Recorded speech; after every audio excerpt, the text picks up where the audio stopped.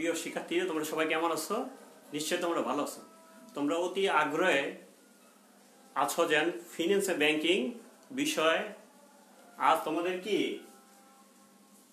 একটা অঙ্ক করা হবে, মূলধন আয় ব্যয় প্রাক্কলন। গত ক্লাসে তোমাদেরকে আমি শেয়ার বন্ড ও ডিবেঞ্চারের উপরে আলোচনা করেছিলাম।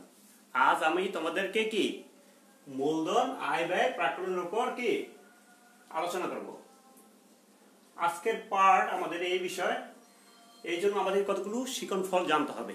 অর্থাৎ মূলধন বাজেটিং কি তা তোমরা বলতে পারবে, মূলধন বাজেটিং এর ধারণা তোমরা ব্যাখ্যা করতে পারবে, মূলধন বাজেটিং এর প্রয়োগ বর্ণনা করতে পারবে, কি কি প্রয়োগ করা হয় সেটা, আর মূলধন বাজেটিং এর পদ্ধতি আলোচনা বা বিশ্লেষণ করতে পারবে। এর কতটি পদ্ধতিও আছে, এগুলি তোমরা আজ পাঠে জানতে পারবা। আবার এছাড়াও আর কিছু জানতে পারবা, সেগুলো হচ্ছে মূলধন বাজেটিং এর পদক্ষেপগুলি কি কি, সেগুলোও জানতে পারবা আজকে আমাদের পাঠ্য বিষয়। আর এর সাথেও একটা কি সিম্পল একটা অঙ্ক কি করা হবে, যে অঙ্ক তোমাদের অনেক সময় থাকতে পারে, যদি গড় মুনাফা হার পদ্ধতি, পেব্যাক সময়, অনেক সময় পেব্যাক সময় কি তোমাদের নিট নগদ আন্তঃপ্রবাহ কি সংক্ষেপে শর্টকাটও দেওয়া থাকে, আবার অনেক সময় দুইটা প্রকল্প একসাথে গ্রহণও দেওয়া থাকে, প্রশ্ন এই ধরনের তোমাদের এসে থাকে।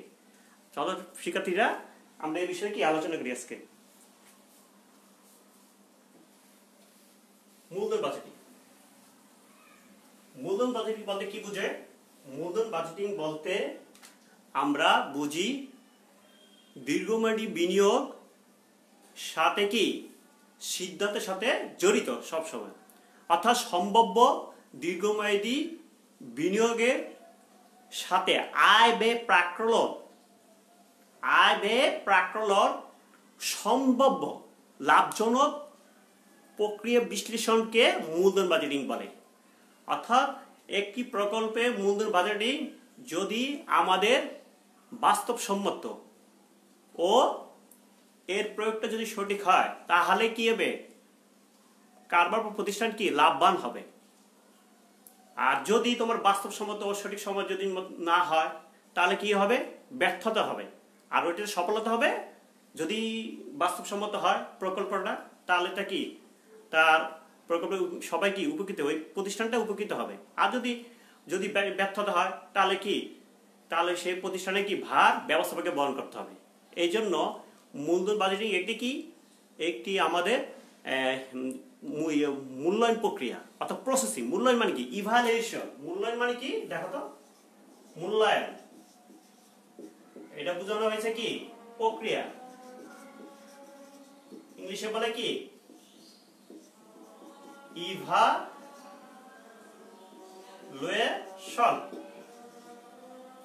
Of processing.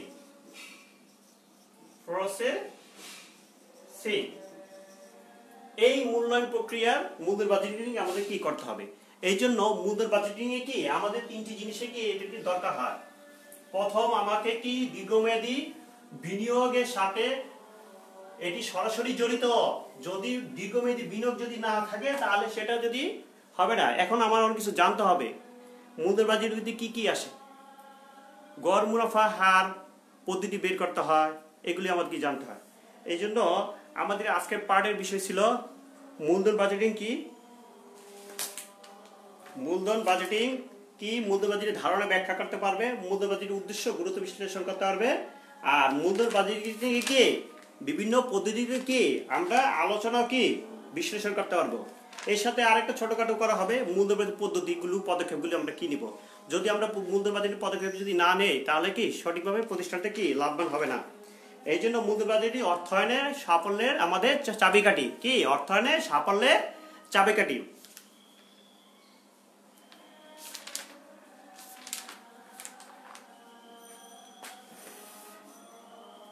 এই জন্য একটি প্রতিষ্ঠানের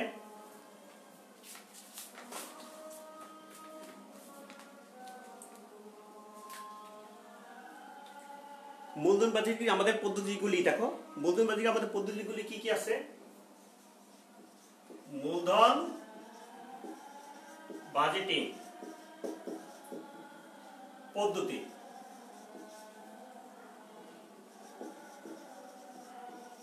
সমূহ।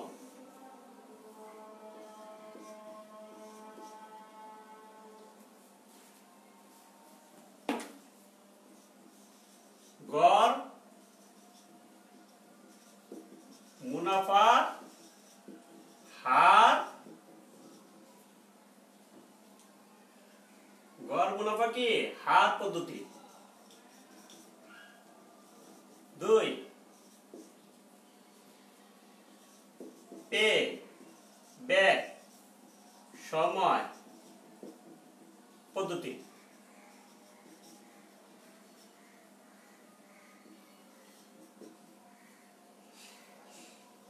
3 নিট বর্তমান মূল্য পদ্ধতি।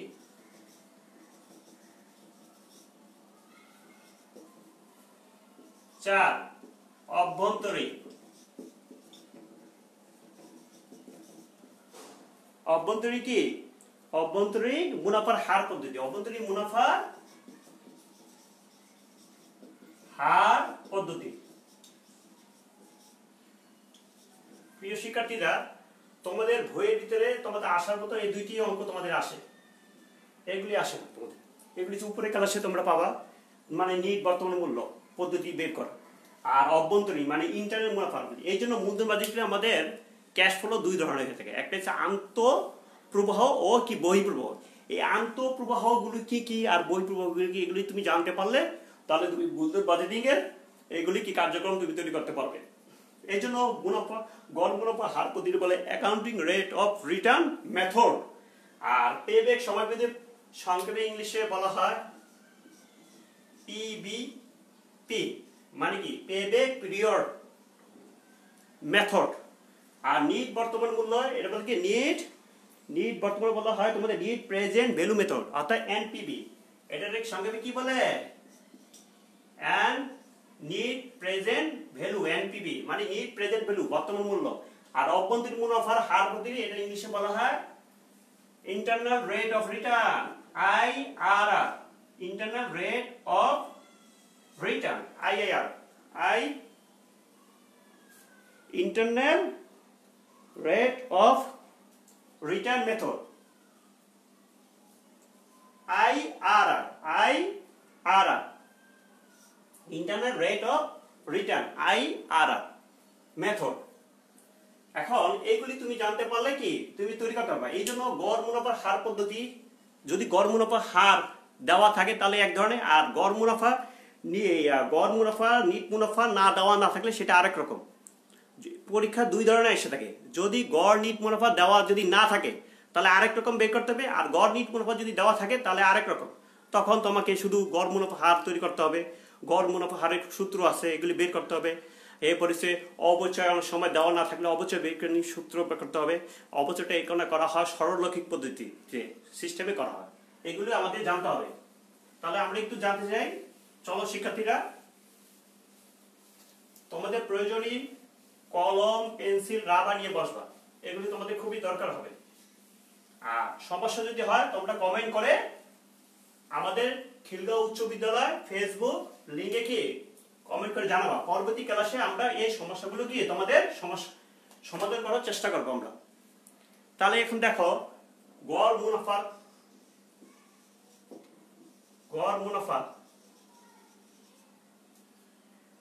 দেওয়া থাকলে এই ধরনের সূত্র একটা হবে। তাহলে সে সময় কি গড়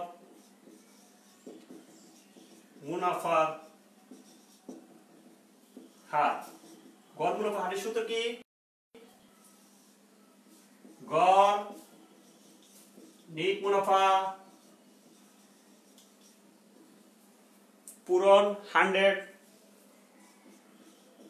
ভাগ কি গড় বিনিয়োগ, গড় বিনিয়োগ।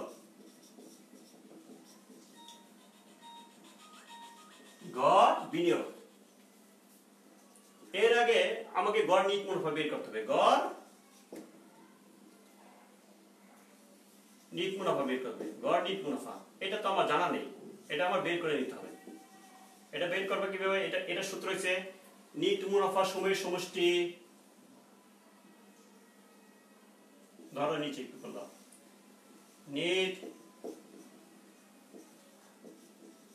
মুনাফা সময়ের সমষ্টি ভাগ কি দিবা, ভাগ আমাদের কি দিতে হবে, ভাগ আমাদের ইয়া দিতে হবে, গড় বিনিয়োগ দিতে হবে, অর্থাৎ গড় নিট মুনাফা সমষ্টির গড় বিনিয়োগ। এখন আমাদের গড় নিট মুনাফার হারের সূত্র, গড় নিট মুনাফার হারের সূত্র এটা। আর গড় নিট মুনাফার হার কি উপায় দিতে হবে, মেয়াদ দিতে হবে। এখানে আমার মেয়াদ অর্থাৎ কত মেয়াদ, এটা বয়স সময় মেয়াদ, মেয়াদ অর্থাৎ একটা প্রকল্পের 3, 4, 5, 6 বছরও দেওয়া থাকবে, ওই অনুসারে এটা বসাইতে হবে। তারপর হচ্ছে গড় বিনিয়োগ, গড় বিনিয়োগ, গড় বিনিয়োগের সূত্র বের করতে হবে। গড় বিনিয়োগের সূত্র কি আমাদের শিক্ষার্থীরা, প্রাথমিক বিনিয়োগ, প্রাথমিক বিনিয়োগ, প্রাথমিক বিনিয়োগের বলা হয় এনসিও, নিট ক্যাশ আউটলে, প্রাথমিক বিনিয়োগ প্লাস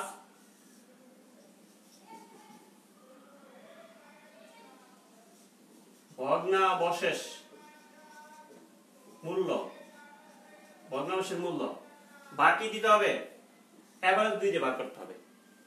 তারপর আবার অবচয়, অবচয় যদি বের করতে হয় তাহলে অবচয়ের একটা সূত্র আছে, ওই বের করে তারপর আমাদের করতে হবে।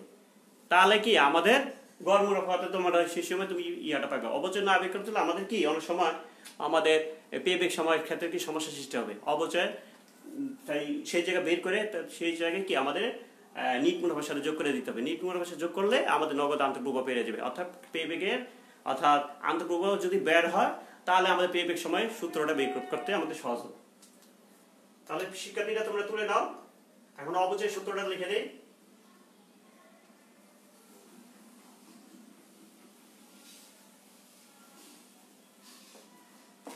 সরলরৈখিক পদ্ধতিতে আবার অবচয় বের করতে হবে। কি কোন পদ্ধতি? সরলরৈখিক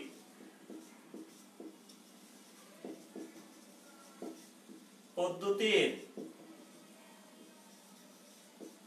মাধ্যমে কি আমাদের অবচয় বের করার সূত্র, বের করার সূত্র অবচয়। তাহলে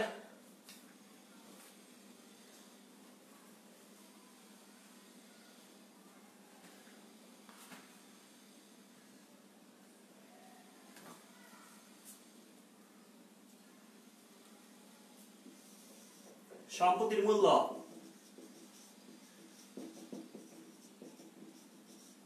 বিয়োগ সে যে কি করছিলাম আমরা ভগ্নাংশ মূল্য যোগ করছিলাম গড় বিনিয়োগে, কিন্তু এই জায়গায় মাইনাস হতে হবে। যদি ভগ্নাংশ মূল্য দেওয়া থাকে, যদি না দেওয়া থাকলে তাহলে কোনো জিরো আমরা বসে রাখবো। ভগ্নাবশেষ মূল্য বাকি মেয়াদ, কত মেয়াদ তাও এই কোনা আমাদের কি উল্লেখ করতে হবে, মেয়াদ। এই হচ্ছে অবচয় বের করা সূত্র। সম্পত্তির মূল্য মানে কি, সেই জায়গায় আমার এস্টিমেটেড ভ্যালুটা কি সেটা দাও। ভগ্নাংশের মূল্য অর্থাৎ একটা সম্পত্তির ভগ্নাংশের মূল্য থাকে যদি দেওয়া যদি থাকে প্রকল্পের ক্ষেত্রে, তখন কি এটা অবচয় বের করার সূত্র। এগুলি জানা থাকলে তাহলে কি আমাদের অঙ্ক করতে কি সুবিধা হবে। এই জন্য অনেক সময় পেব্যাক মেথড কি অর্থাৎ পেব্যাক মেথড যদি সমান হয় সেই জায়গায় একটা সূত্র আলাদা, আবার পেব্যাক মেথড যদি অসমান হয় অর্থাৎ বিভিন্ন রকম প্রকল্প এক এক সময় এক এক রকম হয়ে থাকে, এক এক বছর এক এক কে লাভ বা প্রফিট হয়ে থাকে, তখন কি সেই রকম সূত্র অনুসরণ করে। যদি অসমান যদি থাকে প্রকল্পগুলি তাহলে কি সেই জায়গায় সূত্র আরেকটা। আর যদি প্রকল্পের যদি পেব্যাক মেথডটা যদি সেরকম মান কি সমান দেওয়া থাকে তাহলে যে কোনো সূত্র হচ্ছে আরেক রকম হবে। এটা আমাকে খেয়াল রাখতে হবে। এখন যদি তোমাদের কি প্রকল্পটি যদি সরাসরি নিট মুনাফা দেওয়া না থাকে, প্রকল্পটি সরাসরি নিট মুনাফা প্রকল্পটির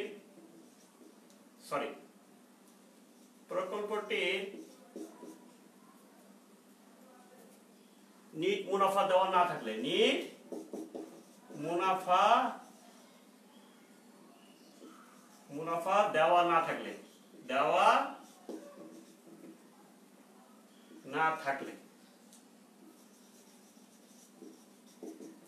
সেই জায়গায় তোমার কি যদি সরাসরি নিট মুনাফা বা দেওয়া না থাকলে, অর্থাৎ সেই জায়গায় আমার গড় নিট মুনাফা যদি দেওয়া না থাকে, সেই জায়গায় আমার নিট মুনাফা বের করার সূত্র আরেকটা আছে। সেই জায়গায় কি আরেকটা সূত্র বের করতে হবে। তখন আমার কি হবে, বিক্রয়, ধরো সামথিং ধরলাম, তারপর বাদ দিবা চলতি ব্যয় বা চলতি খরচ,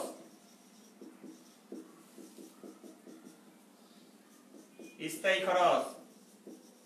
চলতি খরচ মানে কি, মানে যেটা সবসময় আমাদের প্রকল্পের কি পরিবর্তনশীল। যেমন ধরো তোমাদের স্কুলে কি বিদ্যুৎ বিল এক এক সময় কি এক এক আসে, কারণ কি সেটা দৈনন্দিন সময় কি চেঞ্জ হয়ে থাকে। গরমের দিনে বেশি উঠে আর শীতের দিনে কি কম ওঠে। ঠিক প্রতিষ্ঠানের ক্ষেত্রে চলতি খরচ এক এক সময় এক এক ধরা হয়। এই জন্য এটা পরিবর্তনশীল ব্যয়। এটা কি ব্যয়, আমাদের পরিবর্তনশীল ব্যয়। আর স্থায়ী ব্যয় মানে কি, যেটা সব সময় আমাদের কি একবারই খরচ করা হয়, বারে বারে খরচ হয় না। যেমন প্রতিষ্ঠানের কি কলকবজা, যন্ত্রপাতি, এরপরে সম্পত্তি, জমি, এগুলি সব কি ইজারা সম্পত্তি, এগুলি সব আমাদের স্থায়ী খরচ। এগুলো একবারই করা হয়, অর্থাৎ দীর্ঘকাল ভোগ করা হয়, স্থায়ী খরচ।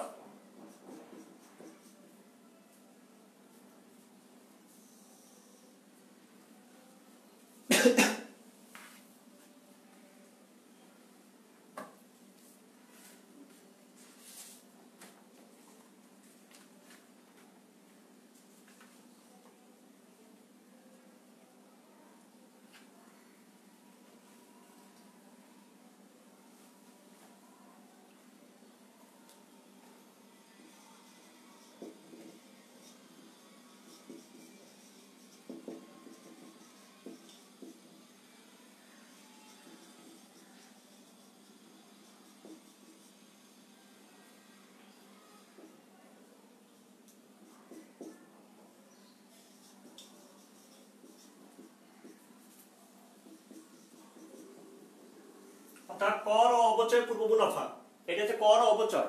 এখন বলবো ইকোনো স্যার অবচয় দিচ্ছেন কেন, ইকোনো অবচয় দিচ্ছে এই জন্য এর পূর্ব মুনাফাটা।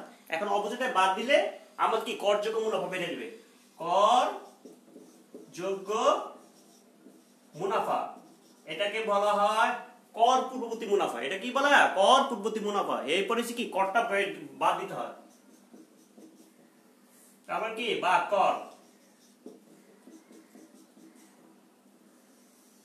এখন তোমার এটা নিট মুনাফা বের হবে। এখন তোমাদের কি বের হয়ে যাবে, নিট মুনাফা বের হয়ে যাবে। নিট মুনাফা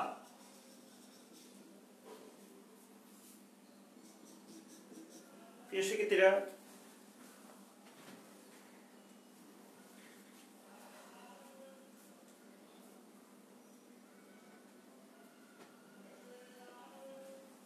আবার যেখানে অপোজিটটা বাদ দিচ্ছি সে জায়গায় কি আমরা এটা যোগ করে দিব।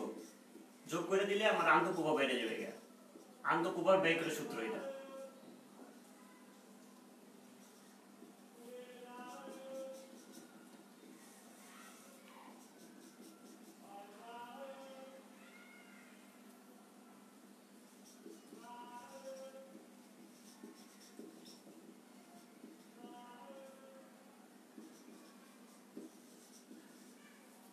প্রিয় শিক্ষার্থীরা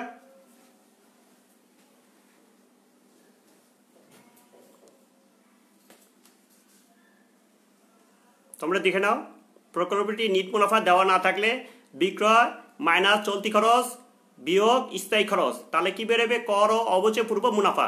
তারপর আমার এই যা থেকে অবচয় বাদ দিতে হবে, করযোগ্য মুনাফা। তারপর আবার কি করটা বের দিবে, অর্থাৎ ট্যাক্স। অর্থাৎ একটি প্রতিষ্ঠানের ট্যাক্স মালিক তার কি বহন করতে হয়, সেটা কি তার প্রত্যক্ষ কর। মনে রাখতে হবে নিট মুনাফা। তারপর কি আমার একটা নিট মুনাফা বের হবে, নিট মুনাফার সাথে অবচয় যোগ করলে নগদ আন্তঃপ্রবাহ হবে।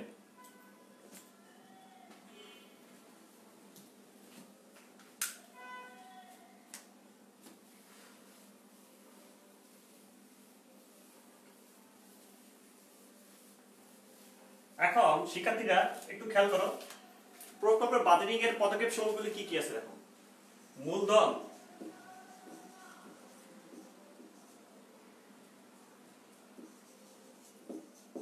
বাজেটিং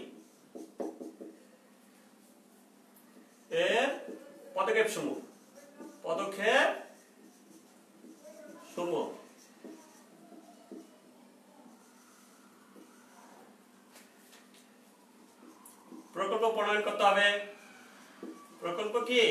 প্রণয়ন, নগদ প্রবাহ প্রাক্কলন, নগদ প্রবাহ প্রাক্কলন,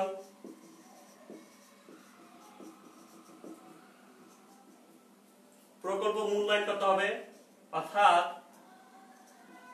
প্রকল্প মূল্যায়ন অর্থাৎ প্রজেক্টটা আমাদেরকে ইভালুয়েশন করতে হবে, অর্থাৎ মূল্যায়ন করতে হবে, মূল্যায়ন না করলে হবে না।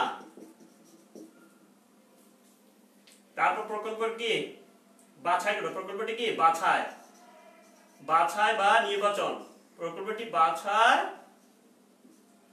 বা নির্বাচন, নির্বাচন। তারপর কি করবে, প্রকল্পটি বাস্তবায়ন করতে হবে, প্রকল্পটি কি বাস্তবায়ন করতে হবে, বাস্তবায়ন। এই হচ্ছে মূলধন বাজেটিং এর পদক্ষেপ সমূহ, অর্থাৎ স্টেপ। আমার কি কি পদক্ষেপ, প্রথমে প্রকল্প প্রণয়ন করতে হবে, এরপর নগদ প্রবাহ, প্রবাহ প্রাক্কলন, অর্থাৎ নগদ আন্তঃপ্রবাহ প্রাক্কলন কি হবে সেটা কি আমার কি বের করতে হবে, প্রকল্প মূল্যায়ন করতে হবে, অর্থাৎ একাধিক কতগুলো প্রকল্প থাকবে, সেই প্রকল্প থেকে আমাদের যে প্রকল্পটা আমাদের কি এই প্রতিষ্ঠানের জন্য লাভজনক হবে সেই প্রতিষ্ঠানটা প্রকল্পটি গ্রহণ করতে হবে। তারপর প্রকল্প বাছাই নির্বাচন করতে হবে, কতগুলো প্রকল্প থাকবে সেই জায়গা থেকে আমাকে কি বাছাই করে নিতে হবে। এরপর প্রকল্প বাস্তবায়ন, অর্থাৎ বাস্তবায়ন না হলে হবে, ওই যে আমি বলছিলাম না মূলধন বাজেটিং একটি মূল্যায়ন প্রক্রিয়া, যার মাধ্যমে কি বাস্তব সঠিক ও সঠিক সময়ের ভিতরে তা করতে পারলে কি ওই প্রতিষ্ঠান কি উপকৃত হবে, না হলে কি ঝুঁকিগত থেকে যাবে, অর্থাৎ ব্যর্থতা হবে। এই ব্যর্থতা ব্যবস্থাপককে গ্রহণ করতে হবে। এই জন্য সবসময় একজন প্রকল্পকে প্রতিষ্ঠানের প্রকল্প নির্ধারণ করার আগে আমার এইসব জিনিসগুলো পদক্ষেপ নিতে হয়, এইগুলো পদক্ষেপ নিলে সেই প্রকল্পটা কি আমার ভালো দিকে যাবে, অর্থাৎ ফলপ্রসূ কি ভালো হবে।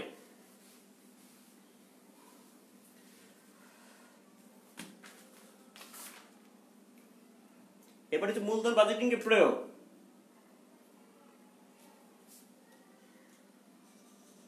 মূলধন বাজেটিং এর প্রয়োগ,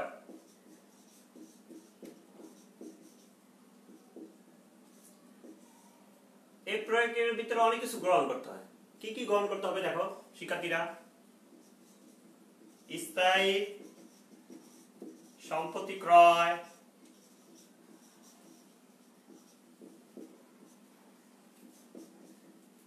ব্যবসায়ী পণ্যের উৎপাদন ক্ষমতা কি, ব্যবসায়ী পণ্যের উৎপাদন ক্ষমতা বৃদ্ধি প্রকল্পের সম্প্রসারণ, ব্যবসায়ের পণ্য উৎপাদন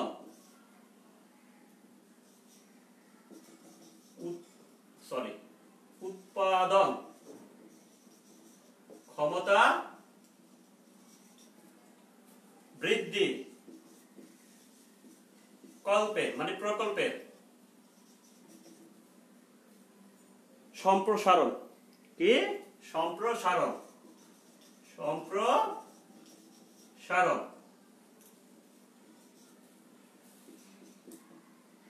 তারপর কি নিতে হবে, তারপর আমাদের প্রকল্পটি করতে হবে, পণ্য বৈচিত্র্যকরণ করতে হবে।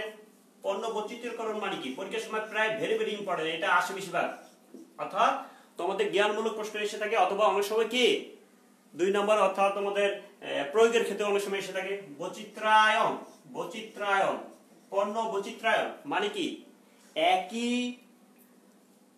প্রতিষ্ঠানের সময়, ঠিক আছে, একই পণ্যের সমাহার, অর্থাৎ একটি প্রতিষ্ঠানের একই পণ্যের সমাহার ঝুঁকি কমাতে যে ব্যবস্থা গ্রহণ করা হয় তাকে পণ্য বৈচিত্র্যকরণ বলা হয়। অর্থাৎ যখন প্রকল্পের ঝুঁকি, একটা প্রকল্পের সবসময় কি ঝুঁকি থাকে, সেই ঝুঁকি কমানোর জন্য একটি প্রকল্পের পরিবর্তে একাধিক প্রকল্পের দীর্ঘমেয়াদী মাধ্যমে যেটা পণ্য বৈচিত্র্যকরণ করা হয়, এটা হচ্ছে পণ্য বৈচিত্র্যকরণ। তারপর লাস্ট প্রতিস্থাপন ও আধুনিকায়ন। প্রতিস্থাপন মানে কি, প্রতিস্থাপন প্রতিস্থাপন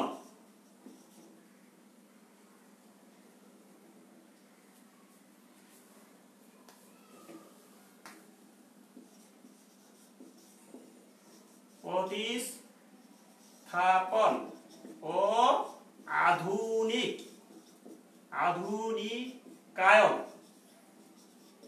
অর্থাৎ প্রকল্পের প্রতিস্থাপন রিপ্লেসমেন্ট করতে হয়, কারণ ওই প্রতিষ্ঠানে রিপ্লেসমেন্ট করার পর তারপর কি আধুনিকরণ, অর্থাৎ স্থায়ী সম্পত্তি প্রথম ক্রয় করতে হবে, তারপর ব্যবসার পণ্য উৎপাদন ক্ষমতা বৃদ্ধি প্রকল্পের সম্প্রসারণ করতে হবে। অর্থাৎ একটা বিজনেসের ক্ষেত্রে প্রোডাক্ট আমাদের কি, অর্থাৎ গুডসের প্রোডাক্টটা কি পাওয়ারটা আমাদের কিভাবে বৃদ্ধি প্রকল্প করব, সেটা একমাত্র সম্প্রসারণ করা হয় মূলধন বাজেটের মাধ্যমে, প্রয়োগের মাধ্যমে। পণ্য বৈচিত্র্যকরণ কিছুক্ষণ আগে বললাম যে পণ্য বৈচিত্র্যকরণ মানে একটি প্রতিষ্ঠানের বিভিন্ন পণ্যের সমাহার ঝুঁকি কমানোর ব্যবস্থাকে বলা হয় পণ্য বৈচিত্র্যায়ন। আর প্রতিস্থাপন মানে রিপ্লেসমেন্ট, প্রতিষ্ঠানের যখন স্থায়ী সম্পত্তি অনেক সময় বিভিন্ন কলকবজা কি কেনার পর অনেক সময় রিপ্লেসমেন্ট করতে হয়, অনেক সময় কি প্রতিষ্ঠানের কি যন্ত্রপাতি অনেক সময় কি হয়ে যায়, চালাতে কি ক্ষয় যায়, তখন কি প্রতিষ্ঠানের প্রতিস্থাপন করতে হয়। প্রতিস্থাপন করার পর আধুনিকরণ করা হয়, অর্থাৎ বিশ্বের সাথে তাল মিলিয়ে চলতে হলে কি সেই সময় তার প্রতিষ্ঠানের স্থায়ী সম্পত্তি যেগুলো যন্ত্রপাতি কলকবজা সেইগুলি প্রতিস্থাপনের মাধ্যমে আধুনিকরণ করা হয়। এগুলির মাধ্যমে কি মূলধন বাজেটে প্রয়োগ করা হয়। এরপর মূলধন বাজেটে আমাদের কি গুরুত্ব জানতে হবে, গুরুত্ব না জানলে আমাদের হবে না। মূলধন বাজেটের গুরুত্ব কি আমাদের কি তিন ভাবে করা হয়। মুনাফা সংক্রান্ত হতে পারে, এরপরে কি কি হতে পারে, বিনিয়োগের বিশাল আকার বা বৃহৎ আকার হতে পারে, এরপর ঝুঁকির ভিত্তিতে হতে পারে। অর্থাৎ মূলধন বাজেটিং এর গুরুত্ব, মূলধন বাজেটিং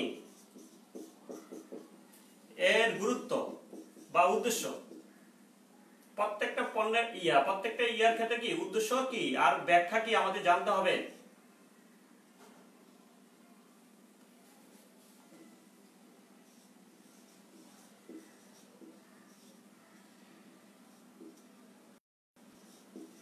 গুরুত্ব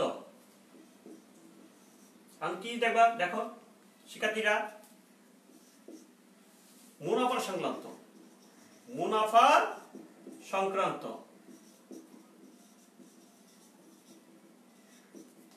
দুই বিনিয়োগের বিশাল আকার,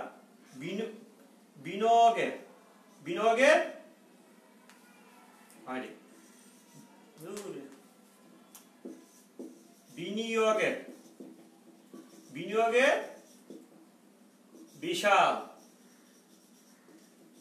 আকার বা বৃহৎ আকার, বিশাল আকার বা বৃহৎ মানে বড় প্রকল্প যদি বড় হয় তখন সেটা কি মূলধন বাজেটের ক্ষেত্রে গুরুত্ব। তারপরে সে ঝুঁকির ভিত্তিতে, কিসের ভিত্তিতে, রিস্কের ভিত্তিতে। যে প্রকল্পে যদি তুমি ঝুঁকি না নাও সে প্রকল্পে কি তোমার সাফল্য লাভ হবে না। এই জন্য ব্যবসায়ীকে সবসময় কি ঝুঁকি নিতে হয়, ঝুঁকি নিয়ে কি তার ব্যবসা কার্যক্রম চালাতে হয়। ঠিক তেমনি প্রজেক্টের ক্ষেত্রে, প্রকল্পের ক্ষেত্রেও ঝুঁকির ভিত্তিতে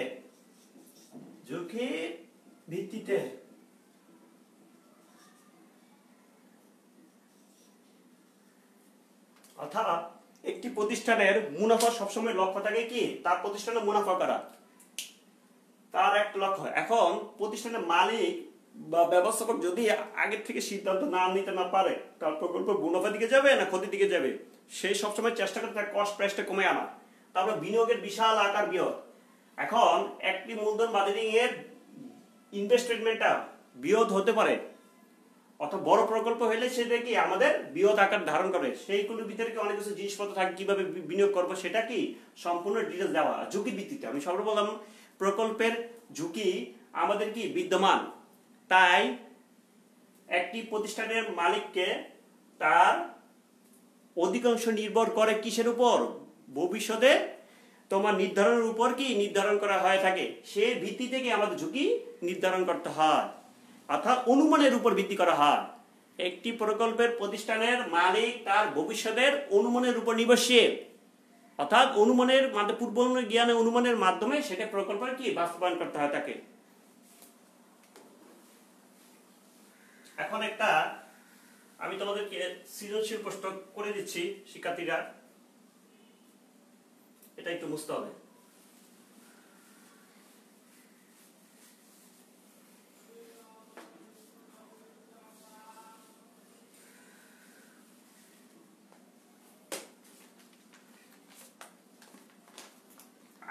মডেল স্কুলে এসেছিল প্রশ্নটা দেখো।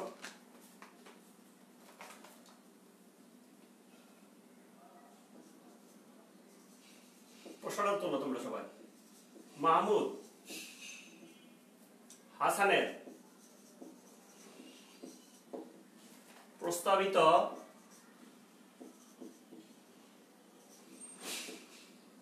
প্রস্তাবিত 5 বছর মেয়াদ, 5 বছর মেয়াদি একটি প্রকল্পে যন্ত্রপাতি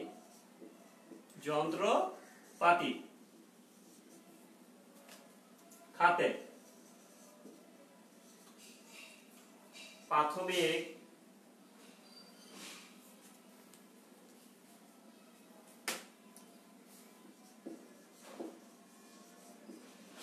প্রাথমিক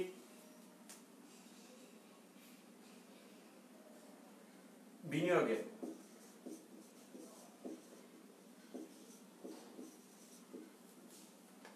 প্রয়োজন হবে কত?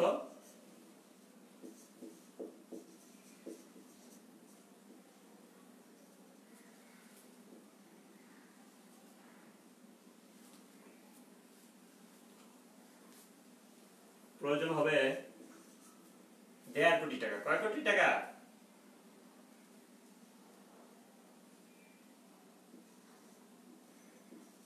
1.5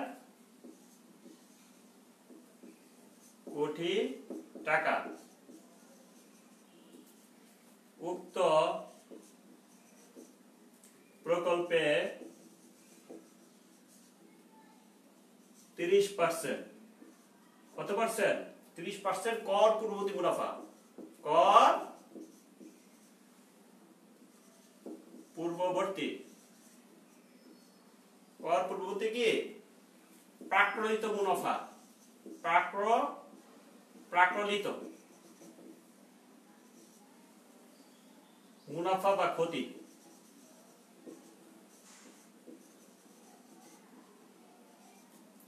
নিম্নরূপ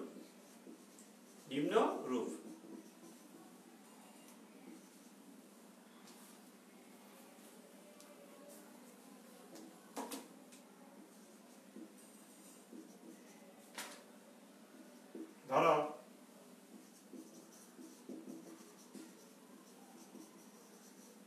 পরিমাণ লক্ষ টাকা একটা নির্ধারণ, ছোট্ট একটা দাম আছে ধরো।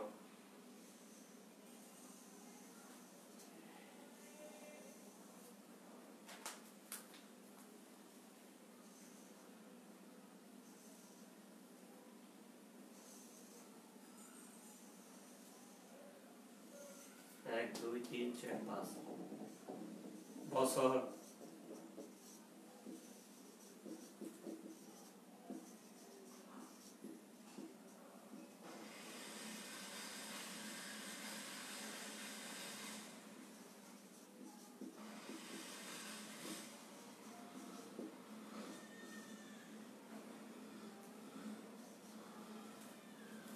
দশ লক্ষ, 30 লক্ষ, 40 লক্ষ, 20 লক্ষ। আর এখানে কি নেগেটিভ, এটা নেগেটিভ, এটা কি নেগেটিভ। আরেকটু আমরা ছোট করি কারণ আমাদের আরো প্রশ্ন তুলতে হবে, তো তাহলে আমাদের অঙ্ক করতে সুবিধা হবে।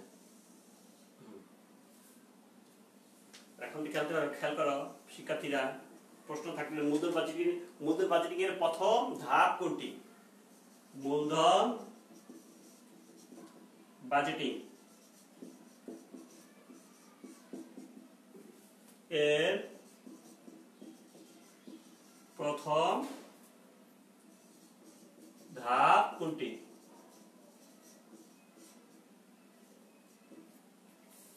খ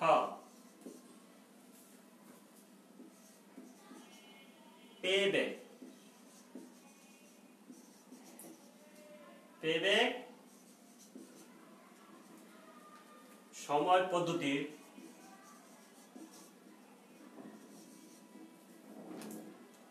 সীমাবদ্ধতা, সীমাবদ্ধতা সমূহ, এটার সাথে লাগানো হবে, সমূহ উল্লেখ করো, উল্লেখ করো। এটার মান হইছে 1, এটার মান হইছে 2,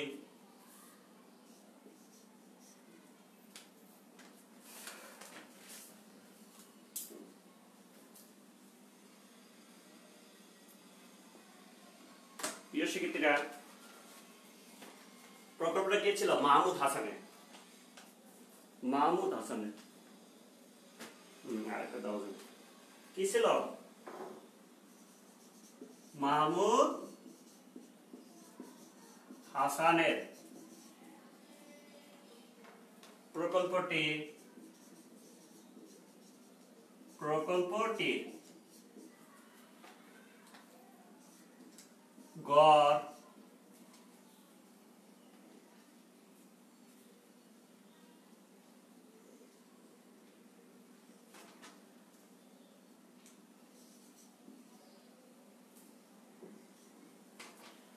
গড় মুনাফার হার নির্ণয় করো।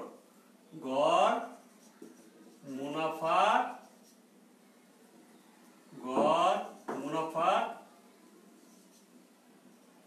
হার নির্ণয় করো। এটা মার্ক থাকবে 3, তাহলে আমাদের কি হচ্ছে 1 আর 2 3 হয়ে গেল 6, লাস্ট এটা থাকবে 4। উচ্চতর দক্ষতা, অর্থাৎ আরো বিশ্লেষণ করা থাকে। এটা অনেক কি ফিনান্স আর ব্যবসায়ীদের ক্ষেত্রে অনেক সময় 4টা বিষয়, অ্যাকাউন্টিং এর ক্ষেত্রে অর্থাৎ হিসাব বিজ্ঞানের ক্ষেত্রে কি 3টা আসে, তোমাদের 2 4 4 এমন করে থাকে। আবার একই, এটা তো জায়গা হবে না, হবে হবে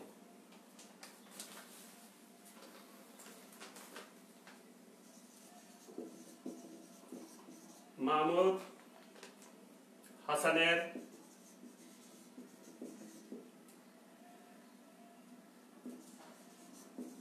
প্রকল্পের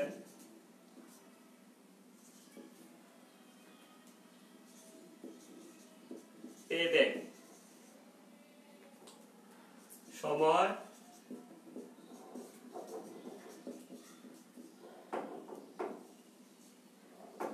নির্ণয় করো।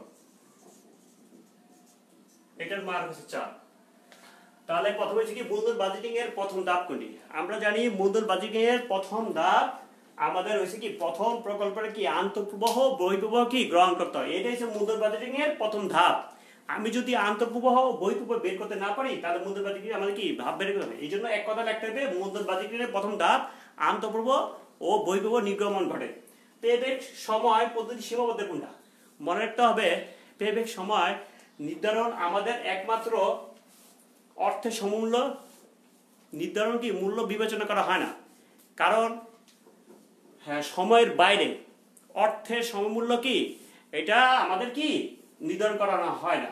এটার একটা প্রকল্পের যখন গ্রহণের ক্ষেত্রে এটা যদি সিদ্ধান্ত নেওয়া হয় তা এটাকে বোকামি হবে, অর্থাৎ 2টা প্রকল্পে অনেক সময় সিদ্ধান্ত নিতে হয়। এই জন্য পেব্যাক সময় কি একটা প্রকল্পে গ্রহণ করা কি অর্থের সমূল্য বিবেচনা করা হয় না।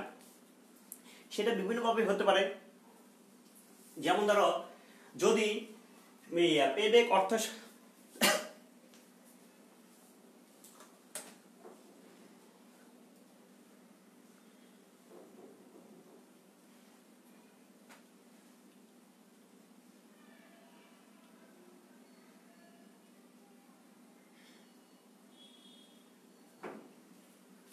বাস্তবের ক্ষেত্রে আমাদের প্রকল্পের কি সব বাস্তবের ক্ষেত্রে প্রকল্পে আমাদের কি সবসময় মনে রাখতে বাস্তব ক্ষেত্রে প্রকল্পের কি আমাদের কি একরকম মুনাফা কি গ্রহণ করা হয় না। সেটা প্রকল্পটা এক এক সময় কি এক এক রকমের কি অর্থের সমূল্য নির্ধারণ করা হয় হয়ে থাকে।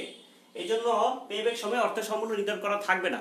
সেই জায়গায় আমাদের কি একাধিক প্রকল্প গ্রহণ করতে হবে, বিবেচনা করে ওই প্রকল্পটা আমাদের গ্রহণ করতে হবে। যদি আমি বোকামির মধ্যে একটা প্রকল্প যদি গ্রহণ করে ফেলে ওই প্রকল্পের উপরে, তাহলে কি প্রতিষ্ঠানে কি লস হবে।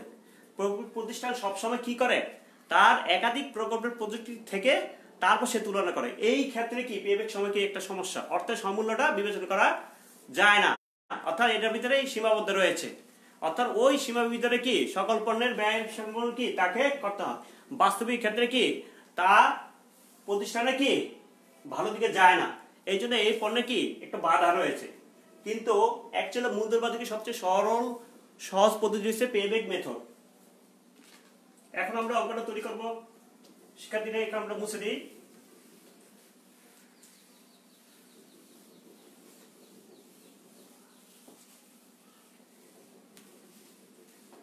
এখন একটু তাকাও, আমার হাতে প্রশ্নটা আছে। এখন কি তৈরি করতে হবে, আমি গ এর থেকে তৈরি করবো। গ আর ঘ দুইটা একটু বুঝিয়ে দিলাম। গ প্রশ্নটা দেখো, এটা তোমাদের যাদের পাঞ্জাবি বই আছে পাঞ্জাবি বই পাবা, কিন্তু আমি আরেক সিস্টেমে অঙ্ক করে দিচ্ছি। এটা হচ্ছে তোমাদের সাপ্লিমেন্টার পাঞ্জাবির ভিতরে আছে, অর্থাৎ আইডিয়াল স্কুলে এসেছিলেন, অর্থাৎ তোমাদের এটা তোমাদের বানানোর একটা অঙ্ক ছিল। ওরা পাঞ্জাবিতে আরেকটু নিয়ম করছে, কিন্তু আমি তোমাদের আরেক নিয়মে করাবো, যে নিয়মটা তোমাদের উপরে ক্লাসে এটা কাজে লাগবে। কারণ এই পদ্ধতি সিস্টেমে কি করে থাকে সবচেয়ে সহজ পদ্ধতি, আর অঙ্ক কি ভুল হওয়ার সম্ভাবনা সবচেয়ে কম থাকে। তাকাও কি ছিল, প্রকল্প হাসানের প্রকল্পে গড় মুনাফা হার নির্ণয় করো। মাহমুদ হাসানের প্রকল্পটির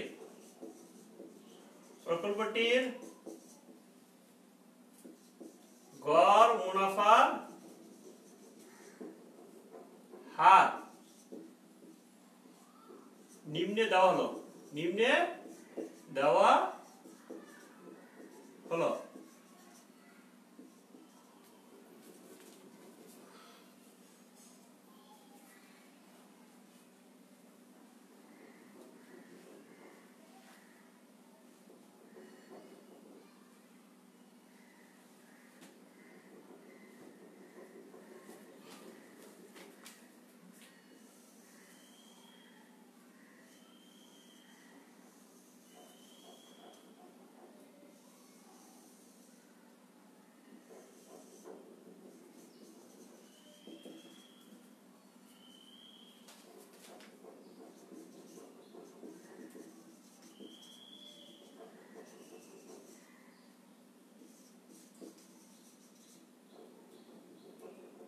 টাকা পরিমাণ লক্ষ টাকা আমাকে সাজায় নিতে হবে।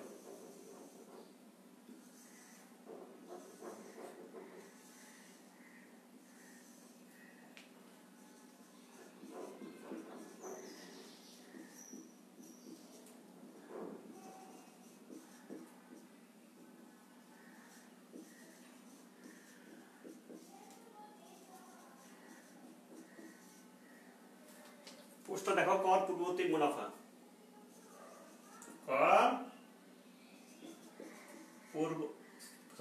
পূর্ববর্তী প্রাকলিত মুনাফা,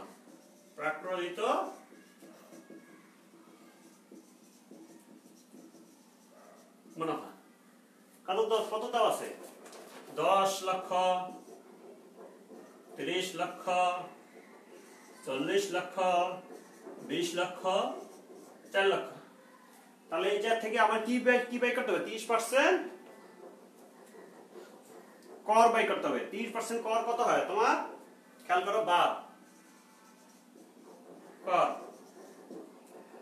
30%। কিসের উপর, বিক্রয় মূল্যের উপর। 30% প্রকল্পের আমার সরি করটা বাই করতে হবে, কি ভুল বলছি, করটা বাই করতে হবে মুনাফা, অর্থাৎ 30% মুনাফার উপরে ধরতে হবে। তাহলে কত হয়, 30% এর উপর। কিসের উপর, এই মুনাফার উপর। তাহলে আমার টাকাটা দাঁড়ায় 3, 9, 12, 6, আর এটা নেগেটিভ, এটা কিছু হবে না। বিয়োগ করার কত হয়, 14,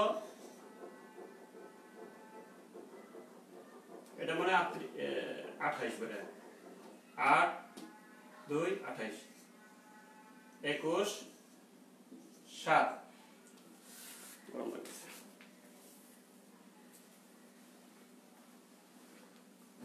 তাহলে এদিকে আমার কি নিট মুনাফা বের হয়ে গেছে কি নিট মুনাফা। আমি যদি নিট মুনাফা অর্থাৎ না করতে পারি তাহলে আমার গড় মুনাফা হার বের হবে না। তাহলে আমার এই অঙ্কটার ক্ষেত্রে কি এটা খুবই গুরুত্বপূর্ণ, নিট মুনাফা হার বের করা। নিট মুনাফা হার যদি বের না করি আমি গড় মুনাফা হার তৈরি করতে পারবো না।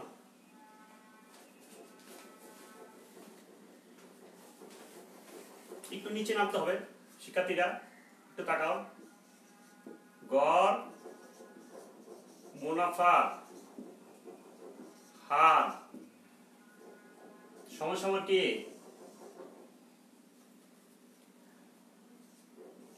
গড় বিনিয়োগ বা গড় নিট মুনাফা। ওই যে সূত্র লিখে দিয়েছিলাম, পূরণ 100% ছাড় বেড়ে যাবে কেন, এটা আমার এখন জানা নেই। আমি এখন তৈরি করার আগে এগুলি তৈরি করতে হবে। এখানে দেখো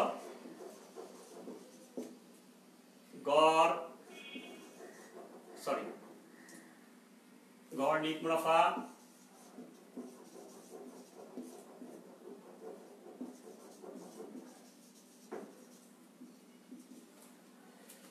এখানে এস্টিমেট মুনাফাগুলি কি আছে দেখো, 7 প্লাস 21 প্লাস 28 প্লাস 14 বিয়োগ 4। এখন বাদ দিবে কি বছর, 1 2 3 4 5 বছর। এখানে হইবে গড় বিনিয়োগ। আমি একটু পরে লিখি, সূত্রটা লিখে নিই। গড় বিনিয়োগ সূত্র কি, প্রাথমিক বিনিয়োগ ভাগ কি আমার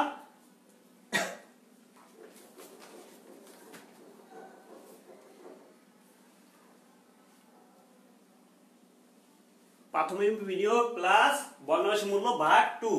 এখন আমার তো ভগ্নাংশ মূল্য তো নাই, আছে নাই, তাহলে আমার অঙ্কটা একটু চেঞ্জ হবে। তাহলে প্রাথমিক বিনিয়োগ আমি ধরছিলাম কত, এই যে ধরছিলাম প্রাথমিক বিনিয়োগ 1.5 কোটি টাকা। কয় কোটি টাকা? 1.5 কোটি টাকা। তাহলে 1.5 কোটি, তাহলে 1.5 কোটির আমরা 150 ধরবো। কত ধরবো? কত পার্সেন্টেজ ধরলেই হয়ে যায় আমাদের, কিন্তু অ্যাকচুয়ালি কিন্তু পার্সেন্টেজ আসবে না, খালি এই জন্য আসছে। এটা আমার 150 কোটি বুঝাইতে হবে। অর্থাৎ প্রাথমিক আবার কি 150, যদি আমরা তুমি যদি 150 যদি নাই ধরো তাহলে এই করে 150 দিলেই হয়ে যাবে, 150 দিলেই হয়ে যায়। তাহলে প্রাথমিক বিনিয়োগ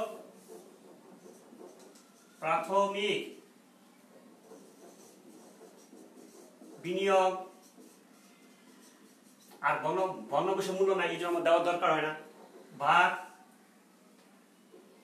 এগুলো কি অর্থাৎ 2, অর্থাৎ 2 দিয়ে ভাগ করলে সেটা আমার বেড়ে যাবে, মানে ভগ্নাংশ মূল্য প্রাথমিক বিনিয়োগ প্লাস ভগ্নাংশ মূল্য ভাগ 2। তাহলে আমার কি বেড়েবে, প্রাথমিক বিনিয়োগ কি 150 সমান কত হয়, 7 × 14 10 75 লক্ষ। এখন 75 লক্ষ।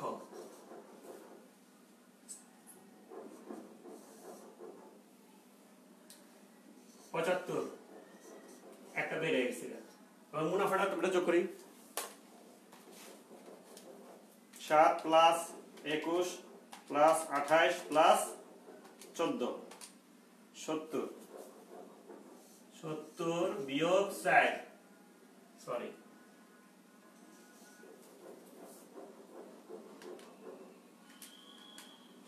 ভাগ 5 4.8 সমান 13,20,000 টাকা।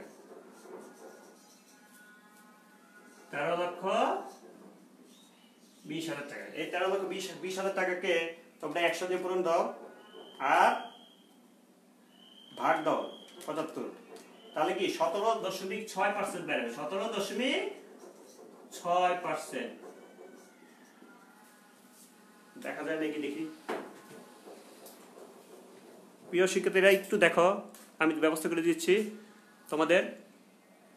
এভাবে বেড়ে দেখো, গড় মুনাফা হার নিম্নে সূত্র দেওয়া হলো, কর পূর্ববর্তী প্রাকলিত মুনাফা এত এমনকি বের করবা, বের করে কর যোগ্য ধরবা 30%। এর নিট ওই যে কর পূর্ববর্তী মুনাফা ছিল ওইর উপরে, তারপর নিট মুনাফা বের হয়ে যাবে। তারপর গড় মুনাফা হার বের করবা, সূত্র গড় নিট মুনাফা পূরণ 100। গড় নিট মুনাফা পূরণ 100 ভাগ গড় বিনিয়োগ। আর এইটা বের করলে তোমার গড় নিট মুনাফা আরেকটা সূত্র বের হবে, অর্থাৎ তোমার এইটা প্রত্যাশিত গড় প্রত্যাশিত কি তোমার গড় বার্ষিক কি প্রত্যাশিত প্রত্যাশিত তোমার কি তোমার এই জায়গায় যে মুনাফাটা বেড়েবে, অর্থাৎ সে জায়গায় আমার টোটাল কত টাকা মুনাফা এসছে, অর্থাৎ 7, 21, 28, 14 এমন ক্রিয়া, তারপর কি একটা নেগেটিভ আছে, তারপরে এটা কি মেয়াদ কয় বছর, 5 বছর মেয়াদ রে 5 দিয়ে ভাগ করবা, তাহলে তোমার এই কি বের হয়ে যাবে, তাহলে তোমার অঙ্কটা বেশ হয়ে যাবে।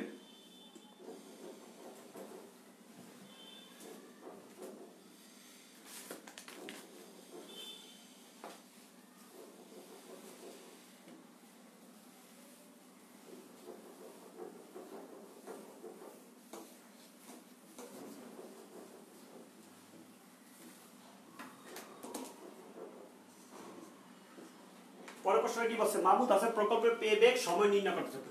মাহমুদ হাসানের প্রকল্পের লিখতে হবে, প্রকল্পের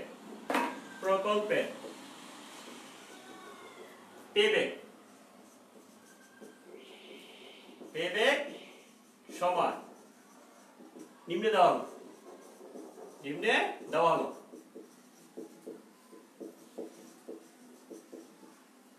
একটু তাকাও প্রিয় শিক্ষার্থীরা,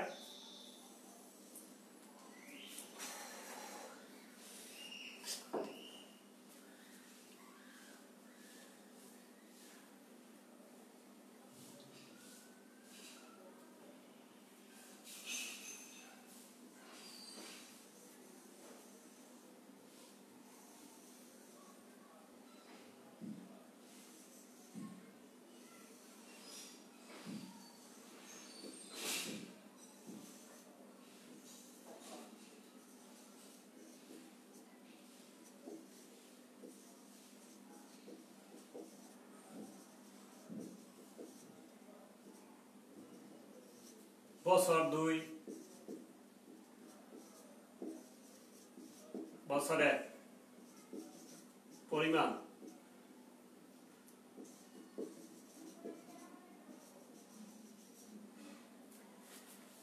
লক্ষ টাকা,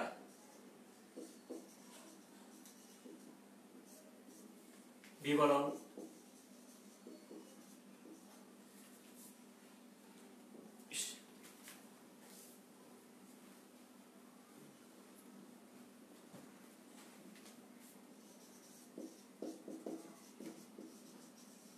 নিট মুনাফা অর্থাৎ গ হতে প্রাপ্ত,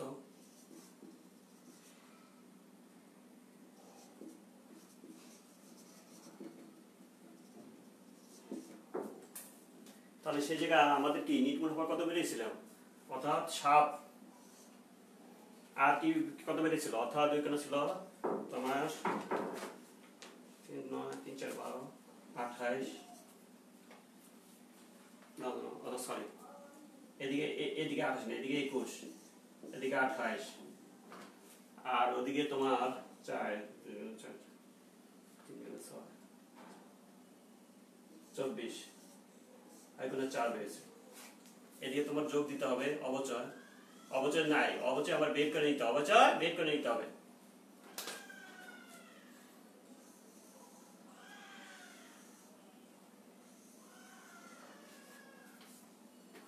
তারপর আমার কি নগদ আন্তঃপ্রবাহ বেরোবে, নগদ প্রবাহ মানে নগদ আন্তঃপ্রবাহ এটা বের হবে, এটা এখনো বাইরে হয় না, এটা আমার উপরে অবচয়টা বাইর করলে আমার বের হয়ে যাবে।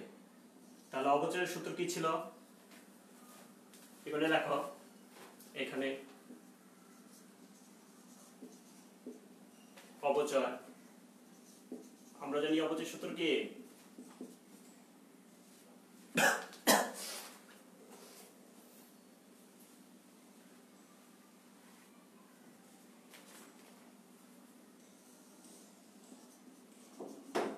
প্রাথমিক বিনিয়োগ,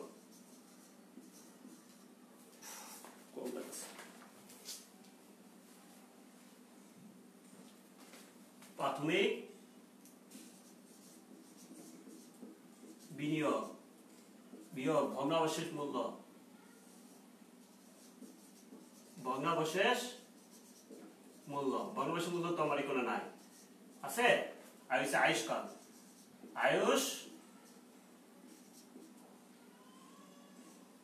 আয়ুষ্কাল। তো প্রাথমিক বিনিয়োগ কত দিছিলাম? 1.5 কোটি টাকা দিছিলাম আমরা। কয় কোটি টাকা দিছিলাম?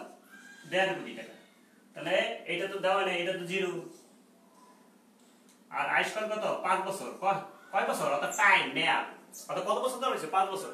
তাহলে তোমার এর ভাগ করলে কত হয়? 3 × 15 30 লক্ষ টাকা। কত লক্ষ টাকা? 30 লক্ষ টাকা। এই 30 লক্ষ টাকা এখন বসায় দাও প্রিয় শিক্ষার্থীরা। সব এক, অপচয় কোনো কি নির্ধারণ সব এক থাকবে।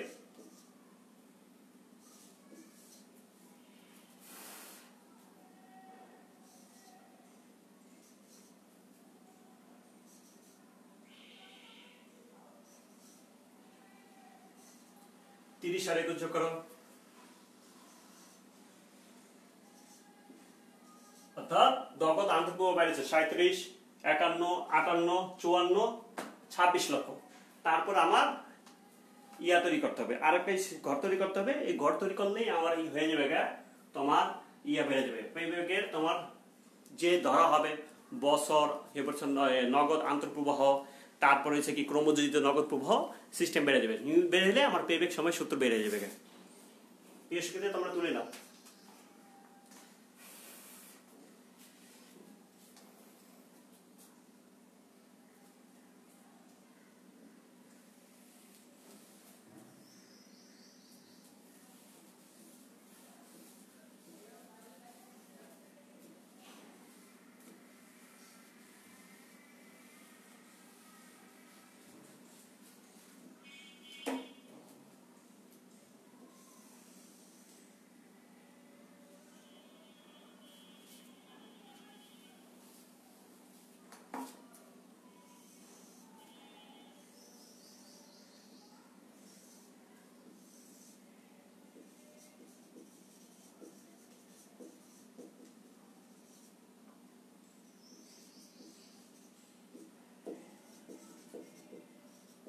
ক্রমযোজিত নগদ আন্তঃপ্রবাহ,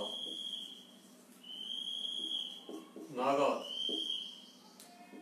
আন্তঃপ্রবাহ বা নগদ প্রবাহ যেটাই লাগবে। আর এদিকে কি দিতে হবে? বছর। এদিকে কি দিতে হবে? আমার বছর দিতে হবে।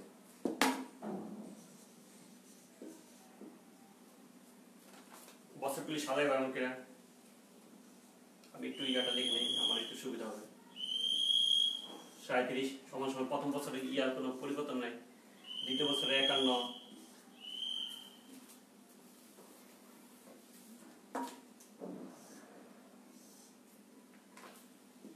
তৃতীয় বছর, চতুর্থ বছর, পঞ্চম বছর, এমনকি সাজাইতে হবে।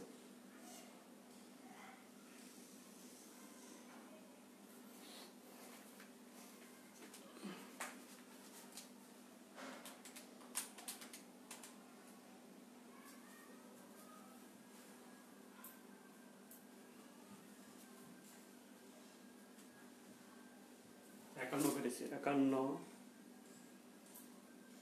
37, 51, 58, 44, 37, 51, 58, সরি 58, 44, লাস্টের কত হয়েছে? 26।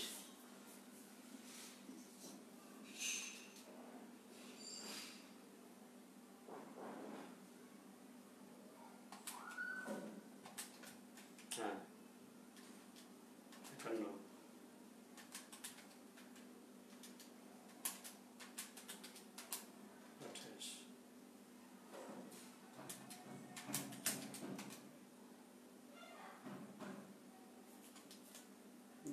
এমন লাগেনি।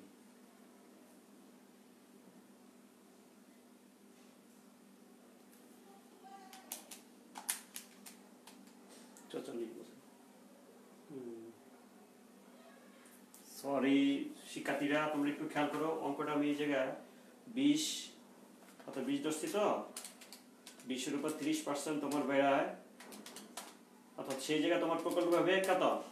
14 বছর হবে। ওই জায়গায় একটু ভুল হয়েছিল, 14 আমি পরে 14 লিখছিলাম, এটা তোমরা ধরে নিও শিক্ষার্থীরা। তাহলে অঙ্কটা তোমার বের হয়েছিল 7 প্লাস 21 প্লাস আর কত 28 প্লাস 14 মাইনাস 4, ঠিক আছে শিশির কত। তাহলে ওই জায়গায় আমার কি অর্থাৎ ছিল কত 14 প্লাস 30 বছর, অবশ্যই ধরে আমার কত বেরিয়েছিল 44 বছর। কত বছর 44 বছর। তাহলে 26, এখন এগুলো যোগ করো, 37 প্লাস 51 88, 88 প্লাস 58 146 প্লাস 44 190 প্লাস 26 216। বই আরেক সিস্টেম করা দেওয়া আছে, আমি এই সিস্টেমে করছি। এখন আমার খেয়াল করো, আমার প্রকল্প ধরা হয়েছিল কত, প্রকল্পটি ধরা হয়েছে আমাদের কি 1.5 কোটি টাকা। প্রাথমিক বিনিয়োগ কত ধরা হয়েছে 1.5 কোটি টাকা। তাহলে এই 1.5 কোটি টাকা মানে 1 কোটি 50 লক্ষ টাকার মধ্যে আমার নির্ধারণ করতে হবে। সেই জন্য আমাদের কি এদিকে আমরা ধরবো এটা সি, আর এটাকে ধরবা এ, আর এটা কি ডি ধরবা। কেমনে ধরলাম একটু তাকাও, আমার প্রকল্পটা বেশি নেওয়া যাবে না, কম দিতে হবে। অর্থাৎ সেই জায়গায় চতুর্থ বছরে 140 টাকা 190 কোটি টাকা, অর্থাৎ 1 কোটি 90 লক্ষ টাকা আমাদের প্রমোদিন নগদ আন্তঃপ্রবাহ বেড়ায়। কিন্তু এর বেশি আমরা নিতে পারবো না। আমার প্রকল্প নির্ধারণ করা আছে কত 1.5 কোটি টাকা। 1.5 কোটি টাকার ভিতরে প্রকল্প যেটা কম থাকবে সেটা ধরতে হবে। অর্থাৎ 146 কোটি টাকা, 1 কোটি 46 লক্ষ টাকা দেওয়া আছে, সেটা আমার ধরতে হবে। ধরলে এখানে সি যদি ধরি আর এখানে এ ধরবো, তাহলে অঙ্কতে আমার কি পেয়ে যাবে। আর ডি বেরোবে কি, এটা এই বছরে আমাদের নগদ আন্তঃপ্রবাহের, ঠিক আছে, নির্ধারণ বাই করতে। আর এটা হচ্ছে কি এই বছরে কি বার্ষিক নগদ আন্তঃপ্রবাহ। আর এই ধরা হয়েছে কি যে বছরে আমাদের বার্ষিক নগদ আন্তঃপ্রবাহ অর্থাৎ কাছাকাছি মূল বিনিয়োগের কাছাকাছি হতে হবে, মূল বিনিয়োগের কাছাকাছি হতে হবে। এই যে একটা সূত্র, এই জন্য তোমাদের বের করে নিতে হবে।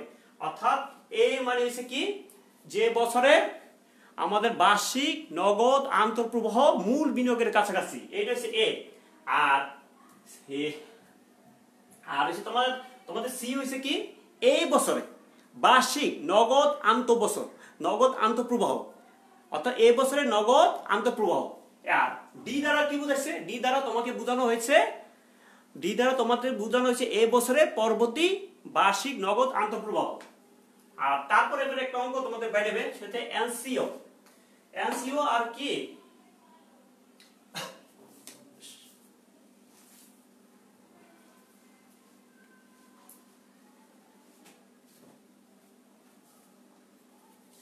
এনসিও দ্বারা কি বোঝানো, এনসিও দ্বারা আমাদের বোঝায় নিট ক্যাশ আউটলে।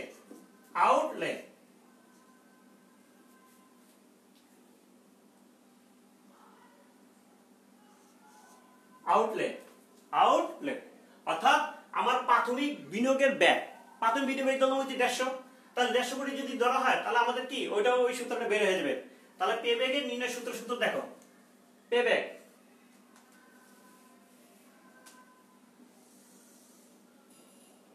আমরা জানি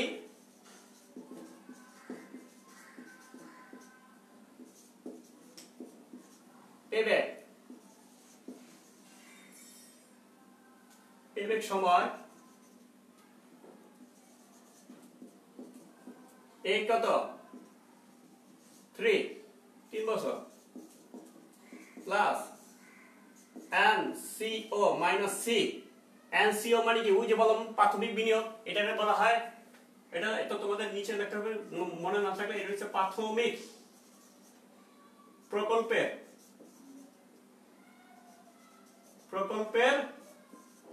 ব্যয়। তোমরা নিচে লিখতে পারো, এই জন্য আমি তোমার এটা বের করে দেখা দিলাম। প্রকল্পের ব্যয় ভাগ কি ডি দ্বারা বুঝাইছি। অর্থাৎ যে প্রকল্পের এই বছরে এই বছরের প্রকল্পের পরবর্তী বার্ষিক নগদ আন্তঃপ্রবাহ কাছাকাছি যেটা নির্ধারণ করা হবে সেটা ধরতে হবে।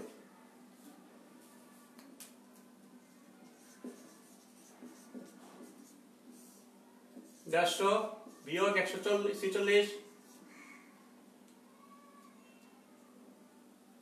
ধরো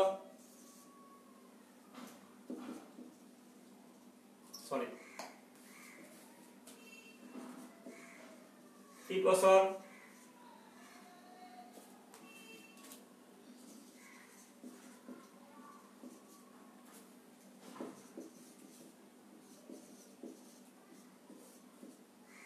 চার,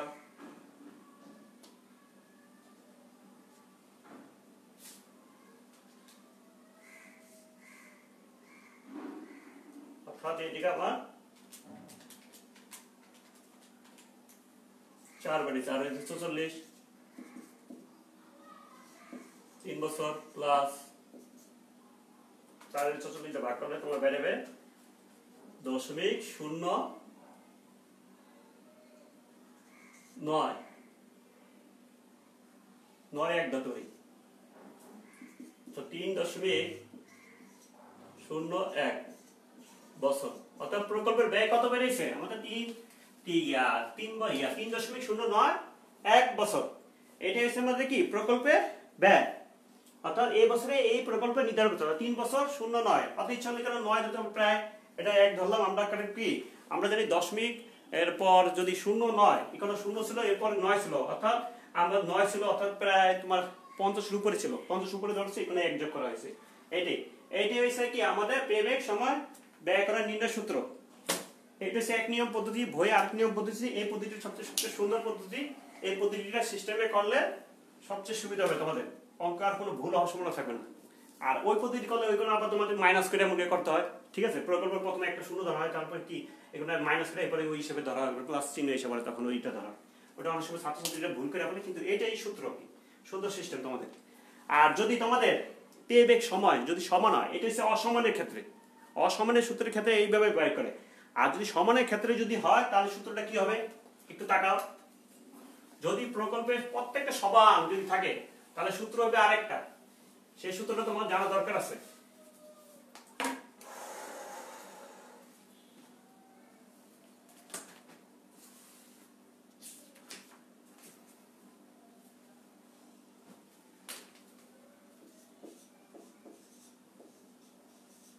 মানে পেব্যাক পিরিয়ড,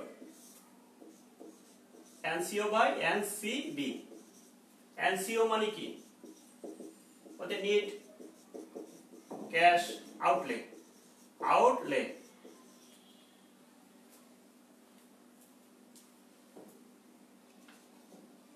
প্রাথমিক বিনিয়োগ।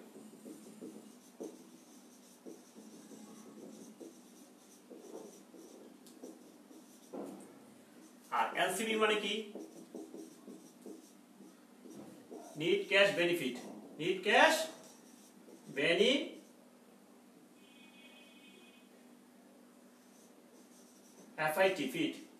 বেনিফিট মানে হচ্ছে তোমার নগদ আন্তঃপ্রবাহ।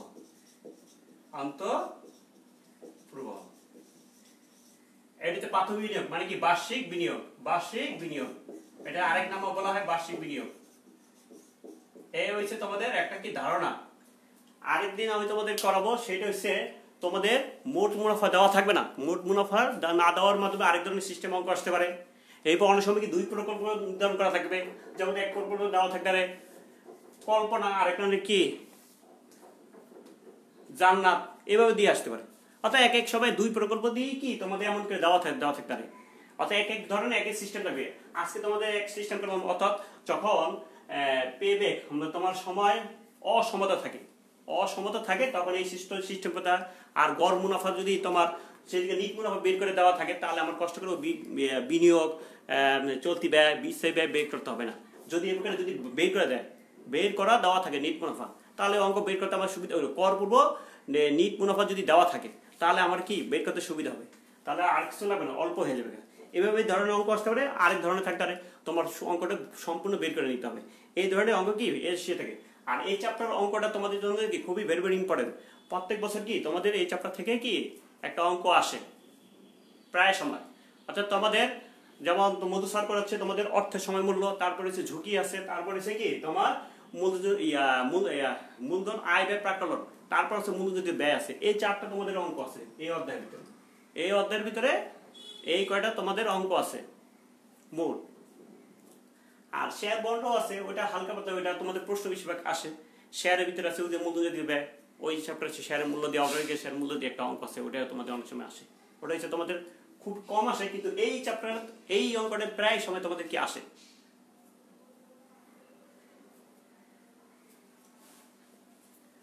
প্রিয় শিক্ষার্থীরা, তোমাদের কোনো বুঝতে যদি সমস্যা যদি হয়ে থাকে, তাহলে আমাদের খিলগাঁও উচ্চ বিদ্যালয় ফেসবুক লিংক অর্থাৎ সে যে ঢুকে তোমরা কমেন্ট করে জানাতে পারো। পরবর্তী ক্লাসে কি সেই সমস্যাগুলো কি আমরা সমাধান করব।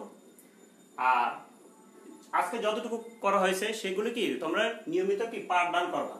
প্রথম বলা হয়েছিল কি মূলধন জাতীয় ব্যয় কি, এবং মূলধন জাতীয় মূলধন বাজেটিং বলতে কি, মূলধন জাতীয় বলতে কি তোমরা বলতে পারবে। মূলধন বাজেটিং এর কি ধারণা তোমরা ব্যাখ্যা করতে পারবে। মূলধন বাজেটিং এর কি আমাদের পদ্ধতিগুলি তোমরা কি বর্ণনা কি আলোচনার মাধ্যমে কি করতে পারবে। আর মূলধন বাজেটিং এর আগে দিছিলাম তোমাদের কি অর্থাৎ গুরুত্ব ও উদ্দেশ্য কি বর্ণনা করতে পারবে। এটা তোমার 2 নম্বর ছিল, আর এটা ছিল 3 নম্বর। আর আরেকটা ছিল তোমাদের পরীক্ষার সময় আসতে পারে যে মূলধন জাতীয় পদক্ষেপগুলো কি কি, এটা খুবই ইম্পর্টেন্ট। ছোট আকারে অনেক সময় 2 নম্বর আকারে অঙ্ক আসতে অনেক সময় আসতে পারে। মূলধনের পদক্ষেপগুলি কি আলোচনা করো, বা এই সম্বন্ধে তোমার মধ্যে ব্যাখ্যা কি, এটা অনেক সময় বলা হয়। আর পণ্যবৈচিত্র্যকরণ খুবই ইম্পর্টেন্ট, এই পরীক্ষার সময় প্রায় সময় আসে। অথবা অনেক সময় আসতে পারে গড় মুনাফা হার পদ্ধতি বলতে কি বুঝো, এরপর পেব্যাক সময় বলতে কি বুঝো, এগুলি আসতে পারে তোমাদের। আর মূলধন জাতীয় পদ্ধতির প্রয়োগও আসতে পারে অনেক সময়, ঠিক আছে, তোমাদের প্রয়োগও আসতে পারে। অর্থাৎ এগুলি তোমাকে ধারণা নিয়ে কি এই অধ্যায়ে তোমার যেতে হবে। সম্পূর্ণ ধারণা নিয়ে যদি যেতে পারো তাহলে তোমরা কি এই অঙ্কটা তোমরা টাচ করতে পারবে। আর ভালো মতো সবকিছু জানা হইলে তাহলে কি তুমি অঙ্কটা সুন্দরভাবে বানা যদিও দেয় তাহলে কি সুন্দরভাবে সৃজনশীল আগে কি তোমরা ধাপে ধাপে তৈরি করতে পারবে। আজকে এই পর্যন্ত প্রিয় শিক্ষার্থীরা। আর তোমাদের একটা জানাচ্ছি যে সবসময় তোমরা চেষ্টা করবা ঘরে থাকার জন্য, এবং হাত মুখ ঠিক মতো তোমরা ধৌত করবা সাবান দিয়ে। আর মুখে যদি হাত দেওয়া হয় তাহলে একটু দূরে থাকবা, সবসময় হাত দিবা না। যদি দাও তো হাতটা আবার ধুয়ে নিতে হবে, কারণ এখন যে অবস্থা করোনা ভাইরাসে আমাদেরকে সবারকে সতর্ক থাকতে হবে। আর বাইরে হওয়ার যদি দরকার হয় তাহলে অবশ্যই তোমার মাস্ক পরে বের হবে, মাস্ক ছাড়া বাইরে হবে না। ঠিক আছে শিক্ষার্থীরা, আজ এই পর্যন্ত। আমি বিদায় নিচ্ছি। মিনাসিরউদ্দিন। আসসালামু আলাইকুম।